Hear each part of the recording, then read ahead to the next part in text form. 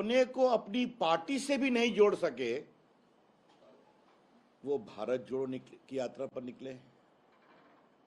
याद है ना, कांग्रेस में एक दरबारी गायन होता है, राहुल जी को फिर अध्यक्ष बनाओ, फिर अध्यक्ष बनाओ। वो कहते हैं मैं नहीं बनूंगा, और बीच में विदेश यात्रा पर चले जाते हैं। तो पार्टी से वो कितने जुड़े हैं ये तो आप सभी जानते हैं। जहां तक पार्टी को जोड़ने का सवाल है, गुलाम नबी आज़ाद चले गए, कितनी बड़ी बड़ी बातें कह गए, वो कैसे आचरण होता है राहुल जी का, और कांग्रेस के अंदर पूरी संस्कृति कैसी दरबार संस्कृति बन गई है। बाकी नेताओं की टिप्पणी होती है। मनीष तिवारी जी को कहना पड़ा कि हम स्टेक होल्डर हैं, हमारी बात सुनी जानी चाहिए। तो कांग्रेस तो अपने लोगों को जोड़ नहीं पा रही है, उनके अपने पुराने समर्पित छोड़कर जा रहे हैं, और राहुल जी चले हैं देश जोड़ने। तो राहुल जी पहले अपना घर तो संभाल लेते, घर को जोड़ लेते तो देश जोड़ने की बात करते। तो ये छलावा है, दिखावा है। It is hypocrisy of the worst order. लेकिन राहुल जी, आज पार्टी की ओर से मुझे आपसे एक दो सवाल पूछने हैं। आपने स्वयं देश की एकता को कमजोर करने की कोशिश कितनी की है? आज आप देश को बताइए, अपनी यात्रा में आपने देश के जवानों से उरी का सबूत मांगा था कि नहीं मांगा था? आपने देश की सेना से बालाकोट की गवाही मांगी थी या नहीं मांगी थी? हिंदुस्तान की एक संस्कृति रही है कि सेना की शहादत, सेना के शौर्य और सेना के बलिदान पर कभी सवाल नहीं करते, और आपने उसका सबूत मांगा। ये आपने देश की सामरिक सुरक्षा और सेना के त्याग को भी तोड़ने की कोशिश की, और आप देश को जोड़ने की बात करते हैं। राहुल गांधी, याद करिए, कोविड के समय में जब पूरे देश को हमारे प्रधानमंत्री नरेंद्र मोदी जी एक करने की बात कर रहे थे, तो आपने क्या कहा था? लॉकडाउन से क्या होगा, थाली पीटने से क्या होगा, मोमबत्ती जलाने से क्या होगा, ये आपने कहा था ना? ये सब आपके स्टेटमेंट तो पब्लिक रिकॉर्ड पर है ना? तो उस समय तो आप देश की एकता को कितना मजबूत कर रहे थे, ये आपको समझना पड़ेगा। इसलिए आज आपसे पार्टी की ओर से सवाल पूछे जा रहे हैं कि देश की एकता को कमजोर करने का आपका रिकॉर्ड कैसा है, और आप चले हैं देश को जोड़ने के लिए। तो ये जो नाटक है, ये जो छलावा है, ये जो दिखावा है, इसको देश के आगे बताना जरूरी है। मोटी बात यह है मित्रों कि ये परिवार को बचाने की यात्रा है। ये परिवार का पार्टी पर नियंत्रण बना रहे, उसके लिए यात्रा है। और इनके साथ कौन लोग खड़े हैं?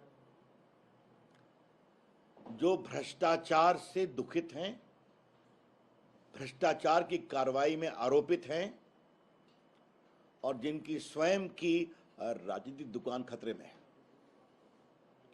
तो अपनी राजनीतिक दुकान को बचाने के लिए वो इस यात्रा के साथ खड़े हो रहे हैं, जबकि भ्रष्टाचार के गंभीर आरोप के कारण उनकी पूरी राजनीतिक विरासत और शख्सियत कमजोर हो गई है। चाहे वो कलकत्ता हो, चाहे वो दिल्ली हो, चाहे Rahul Gandhi national Herald case में बेल पर हो, ये सारी बातें देश के सामने हैं।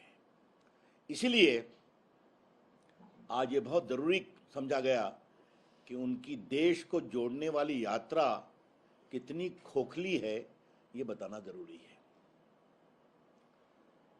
लालू जी, ये हमारे राहुल जी देश को जोड़ने की बात कर रहे हैं, तो बिहार के हमारे मुख्यमंत्री नीतीश बाबू दिल्ली में राजनीतिक तीर्थ यात्रा पर आए हैं। बिहार में सूखा भी है, नदियां प्रचंड रूप से बाढ़ में भी हैं, हत्याएं रोज हो रही हैं, आज भी हुई दोनों की हत्या पटना के समीप। उत्तर बिहार में पुलिस के ऊपर गोली चलाई गई। तो अपराध कितना बढ़ रहा है ये तो हम देख रहे हैं। और नीतीश बाबू दिल्ली आए हैं राजनीतिक तीर्थाटन में, लोगों से मिल रहे हैं, मिलना तो अधिकार है, लेकिन ये कवायद है क्या? आज देश को ये बताना जरूरी है कि ये देश बहुत आगे निकल गया है। नीतीश जी, आप जब घूम रहे हैं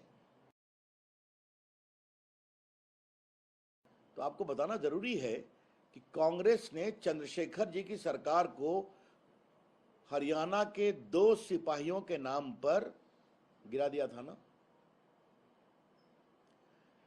नीतीश बाबू, आप चूंकि राहुल गांधी से मिले हैं इसलिए आपको बताना जरूरी है ना कि देवेगौड़ा की सरकार को कांग्रेस पार्टी ने गिरा दिया था 1 साल के अंदर। और नीतीश बाबू, आपको यह भी बताना जरूरी है कि इंदर गुजराल की सरकार को 8-9 महीने में इसलिए गिरा दिया गया कि उनका पब्लिक स्टेटमेंट था कि मुझ पर भ्रष्टाचार से कॉम्प्रोमाइज करने का दबाव बनाया जा रहा है। उसका एक बिहारी एंगल भी था चारा घोटाले का। तो नीतीश जी, यही ना विरासत है आपकी? अब इसी को लेकर चले आए हैं आप क्या? कहीं शराब पर जबरदस्त घोटाला है, कहीं बंगाल में करोड़ों रुपए मिलते हैं फ्लैट से, बाकी हजारों करोड़ का नेशनल हेराल्ड का घोटाला जनता के सामने है। तो नीतीश जी, आजकल जिसके साथ आप खड़े हैं उसमें एक तो उनके बड़े नेता को सजा मिल चुकी है 5-5 केस में, आगे कई लोग आरोपित हैं। तो यही कुनबा जोड़ने के लिए आप दिल्ली आए हैं क्या? तो हम नीतीश बाबू को बहुत विनम्रता से बताना चाहेंगे कि ये देश इस प्रयोग से बहुत आगे चला गया है। 2014 के बाद का हिंदुस्तान स्थायित्व चाहता है, स्टेबिलिटी, पूर्ण बहुमत चाहता है और एक निर्णायक नेता को आशा भरी निगाहों से देख रहा है जिसने भारत का मान दुनिया में आगे बढ़ाया है। और इस बात से उसका संकेत मिलता है कि 2-3 दिन पहले भारत की इकोनॉमी दुनिया की 5वीं सबसे बड़ी इकोनॉमी बन गई, इंग्लैंड को पीछे छोड़कर। यह होता है जब स्टेबिलिटी आती है, यह होता है जब नेता मजबूत, निर्णायक और ईमानदार होता है। ये तब होता है जब नरेंद्र मोदी ऐसे नेता देश में आशा का प्रवाह करते हैं, N atmosphere of hope, energy, commitment and development. तो ये देश अब बन रहा है जहां स्टार्टअप आगे बढ़ रहे हैं, जहां डिजिटल इंडिया आगे बढ़ रहा है, जहां फिनटेक मूवमेंट बहुत आगे बढ़ रहा है, जहां लाखों करोड़ रुपए गरीबों को उनके बैंक अकाउंट में जा रहे हैं, जहां 80 करोड़ लोगों को मुफ्त भोजन कराया गया। तो ये देश का एक स्वरूप है। भारत की साख दुनिया में है। मोदी जी दुनिया के लोकप्रियतम नेताओं में से हैं, फिर टॉप किए सर्वे में। तो एक तरफ भारत का ये स्वरूप है आशा का, विकास का, ऊर्जा का और भविष्य को और मजबूती से आगे बढ़ाने का। और नीतीश बाबू, आप दिल्ली आ गए हैं तो कृपया करके आप घूमिए, लेकिन जो एकता का आप स्वांग रच रहे हैं ये बंद कर दीजिए। देश न सुनने वाला है, न देश उस पर कोई विश्वास करने वाला है। ये बात मुझे बतानी बहुत जरूरी थी। और ये प्रयोग बार बार होता है। कभी शरद पवार ने कोशिश की अपने घर पर, कभी ममता जी दिल्ली आई तो कोशिश की, कभी केसीआर साहब हैदराबाद से आके कोशिश करते हैं, कभी कभी केजरीवाल जी भी एकता का एक झंडा बुलंद करने की कोशिश करते हैं। अब नीतीश बाबू आप आ गए हैं तो ये प्रयोग होता रहता है, लेकिन कृपया करके आप इस पंक्ति में लास्ट खड़े हैं और बाकी लोगों का हश्र क्या हुआ ये देश देख चुका है। ये देश इस तरह के अवसरवादी गठबंधन पर न कभी विश्वास करेगा, न कभी उनको प्रोत्साहित करेगा, उनको रिजेक्ट करेगा, अस्वीकृत करेगा। ये हमारा पूरा विश्वास है। धन्यवाद। दिल्ली के जो एलजी हैं सक्सेना साहब, और कोई? सर, नीतीश कुमार का ये कहना है कि विपक्षी पार्टियां एक हो जाए तो 50 सीटों पर बीजेपी सिमट जाएगी। अरे भाई, दिन में सपने देखने पर कहां पाबंदी है? मैं फिर कह रहा हूं, ये बताइए कि उत्तर प्रदेश में दोनों लोग एक हुए थे कि नहीं? हाँ, हुए थे ना। बिहार में 2 युवराज एक हुए थे कि नहीं? बाकी जगह अलायंस हुआ था कि नहीं हुआ था? क्या हुआ रिजल्ट आपने देखा? तो जब देश आशा और विकास से आगे बढ़ता है तो देश का मानस दूसरा होता है, और वो देश आज आदरणीय नरेंद्र मोदी जी की अगुवाई में आगे बढ़ा है और बढ़ रहा है। कांग्रेस यात्रा की आपने बात की, रॉबर्ट वाड्रा ने भी फोटो ट्वीट की है उसी यात्रा में पहुंचकर। आप मानते हैं कि अब रॉबर्ट वाड्रा की ऑफिशियल एंट्री अब कांग्रेस पार्टी के अंदर? अब ये तो आप कांग्रेस के नेताओं से पूछिए, लेकिन रॉबर्ट वाड्रा देश की एकता को जोड़ने के लिए निकले हैं, ये सवाल ही अपने आप में बड़ा रोचक है।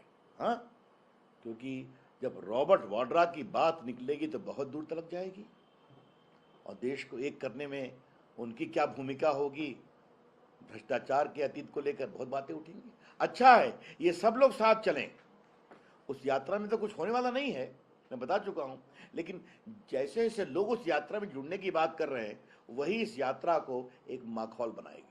नीतीश कुमार जिस तरह से जो है दौरा लगातार कर रहे हैं, तमाम नेताओं से मिल रहे हैं, क्या कोशिश उनकी ये लग रही है कि वो 2024 में विपक्ष का सबसे बड़ा चेहरा बन जाए? क्योंकि उनकी तरफ से भले ही ना स्वीकार किया जा रहा हो, लेकिन चर्चा इस बात की। मैं फिर पूछ रहा हूं, अभी विपक्ष का नेता कौन बनेगा ये तो विपक्ष तय करेंगे ना।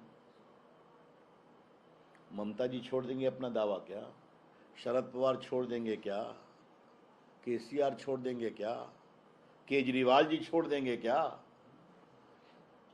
लेकिन एक बात मुझे जरूर कहनी है कि ये सवाल जो आप मुझसे पूछ रहे हैं, तो अभी केसीआर जी पटना गए थे और आपके मित्रों ने ये सवाल उनसे पूछा, उन्होंने पटना में भी ये बोलने की हिम्मत नहीं की हम लोग बैठ के सोचेंगे। देख लीजिए क्या होता है। रवि जी, बिहार में पिछले 24 घंटे में 4 हत्याएं हो गई हैं और नीतीश कुमार यहाँ दरवाजे दरवाजे घूम रहे हैं प्रधानमंत्री नरेंद्र मोदी के खिलाफ, सबको एकजुट करने के लिए, लेकिन लॉ एंड ऑर्डर के मामले पर वो चुप्पी साधे हैं। जो मैं बहुत भर्त्सना करता हूं, हम बार बार कहते थे कि बिहार में खौफ का राज आ गया है। पुलिस कार्रवाई क्यों नहीं कर रही है? क्योंकि जिस तरह डकैती बढ़ रही है, हत्या बढ़ रही है, लूट बढ़ रही है, तो खौफ का मतलब यह होता है कि अपराधियों को इस बात का विश्वास है कि अब हम जो करेंगे तो हमारे खिलाफ पुलिस सख्ती नहीं करेगी। और जिन नए दोस्तों के साथ नीतीश बाबू खड़े हैं, वहां क्या हाल है? मुझे बताया गया है कि जो पूर्व कानून मंत्री हैं, जिनका विकेट गिर चुका है, वो अभी तक फरार हैं। हाई कोर्ट ने कहा सरेंडर करें, डिस्ट्रिक्ट कोर्ट ने भी कहा सरेंडर करें। तो जब नए पूर्व कानून मंत्री की फरारी का आलम यह है, तो अपराधियों की बात आप क्या करते हैं? सर, केजरीवाल ने एक लेटर लिखा है प्रधानमंत्री मोदी जी को। Sir, one comment in English on this Bharat जोड़ो, व्हाट यू हैव टू से on Robert Vadra also joining this and Rahul Gandhi leading the entire Bharat जोड़ो movement? Well, this is Robert Vadra joining the yatra is quite amusing, and it is not a Bharat Jodo Yatra. Mr. Rahul Gandhi could not unify his party,